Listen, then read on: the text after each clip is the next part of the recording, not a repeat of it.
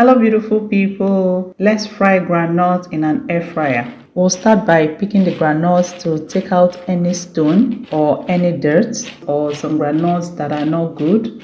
Nothing tastes as bad as chewing stone when you're eating your peanuts. And I'll transfer this to my bowl and I'll add in water. We're going to wash this gently, not like you're washing bitter leaf or washing clothes, gently.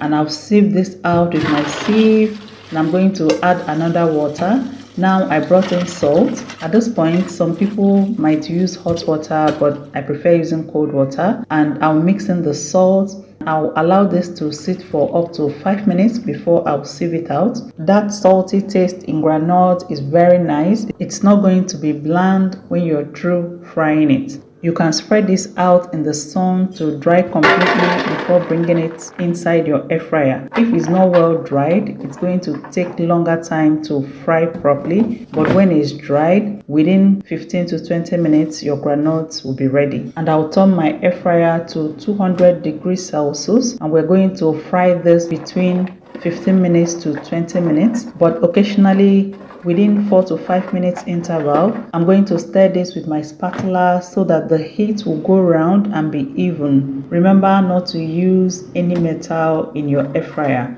By the third or fourth time of turning this, you will observe that the groundnuts are more crispy now, unlike when you started initially. That's to tell you that your peanuts are almost ready.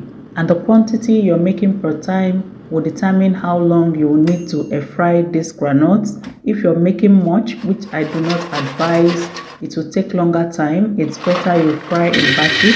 When groundnuts are properly fried, there is this ticking sound in mix. And I'll spread this out also and will allow it to cool for like 5 to 10 minutes before you start peeling it. Now when you're peeling it, you can hear how crispy it is, and it will be very easy for you to peel off the backs. So I'll peel and place them in an airtight container so that the groundnut doesn't go soft. If you have the patience and the time, you peel one by one if you want the groundnuts to be whole. That's why you have to appreciate any vendor whose groundnuts are not broken.